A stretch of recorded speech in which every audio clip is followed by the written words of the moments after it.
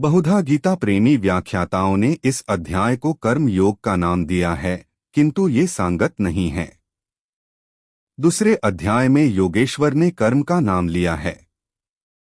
उन्होंने कर्म के महत्व का प्रतिपादन कर उसमें कर्म जिज्ञासा जागृत की और इस अध्याय में उन्होंने कर्म को परिभाषित किया कि यज्ञ की प्रक्रिया ही कर्म है। सिद्ध है कि यज्ञ कोई निर्धारित दिशा है। इसके अतिरिक्त जो कुछ भी किया जाता है वह इसी लोक का बंधन है। श्री कृष्ण जिसे कहेंगे वह कर्म मोक्ष से शुभात संसार बंधन से छुटकारा दिलाने वाला कर्म है। श्री कृष्ण ने यज्ञ की उत्पत्ति को बताया। वह देता क्या है, उसकी विशेषताओं का चित्रण किया, यज्ञ करने पर बल दिया। उन्होंने कहा इस यज्ञ की प्रक्रिया ही कर्म है।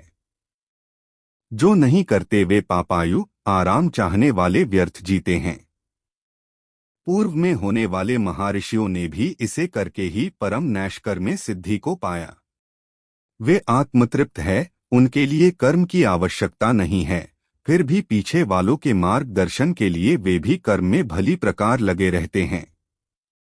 उन महापुरुषों से श्री कृष्ण ने अपनी तुलना की कि मेरा भी अब कर्म करने से कोई प्रयोजन नहीं है, किंतु मैं भी पीछे वालों के हित के लिए कर्म में बरतता हूँ।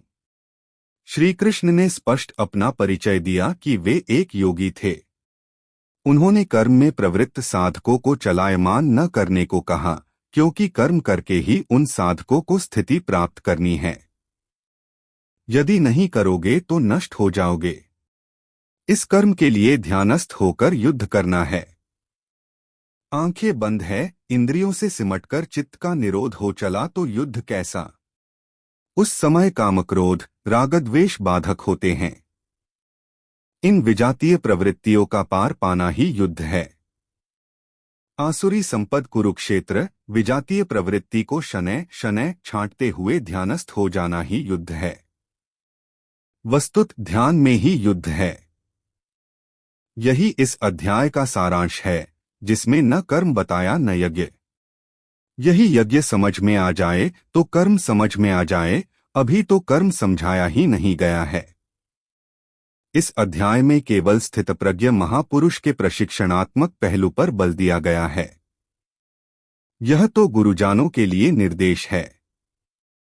वह न भी करे तो उन्हें क्षति नहीं और न ही ऐसा करने में उनका अपना कोई लाभ ही है। किंतु जिन साधकों को परमति अभीष्ट है उनके लिए विशेष कुछ कहा ही नहीं, तो ये कर्म योग कैसे है। कर्म स्वरूप भी स्पष्ट नहीं है जिसे किया जाए, क्योंकि यज्ञ की प्रक्रिया ही कर्म है। अभी तक उन्होंने इतना ही बताया। यज्ञ तो बताया ही नहीं, कर्म का स्वरूप स्पष्ट कहाँ हुआ। हाँ, युद्ध का यथार्थ चित्रण गीता में यही पाया जाता है। संपूर्ण गीता पर दृष्टिपात करें तो अध्याय 2 में कहा कि शरीर नाशवान है, अत युद्ध कर। गीता में युद्ध का यही ठोस कारण बताया गया। आगे ज्ञानयोग के संदर्भ में क्षत्रिय के लिए युद्ध ही कल्याण का एकमात्र साधन बताया और कहा कि यह बुद्धि तेरे लिए ज्ञानयोग के विषय में कही गई। कौन सी बुद्धि? यही कि हर जीत दोनों दृष्टियों में लाभ ही है, ऐसा समझकर युद्ध कर। फिर अध्याय 4 में कहा कि योग में स्थित रहकर हृदय में स्थित अपने इस संशय को ज्ञानरूपी तलवार द्वारा काट। वह तलवार योग में है। अध्याय 5 से 10 तक युद्ध की चर्चा तक नहीं है। 11वें अध्याय में केवल इतना कहा है कि ये शत्रु मेरे द्वारा पहले ही मारे गए हैं, तू निमित्त मात्र होकर खड़ा भर हो जा। यश को प्राप्त कर। ये तुम्हारे बिना भी मरे हुए हैं, प्रेरक करा लेगा। तू इन मुर्दों को ही मार। अध्याय 15 में संसार सुविरूढ़ मूल वाला पीपल वृक्ष जैसा कहा गया, जिसे असंगतारूपी शस्त्र द्वारा काटकर उस पर परमपद पर खोजने का निर्देश मिला। आगे के अध्यायों में युद्ध का उल्लेख नहीं है।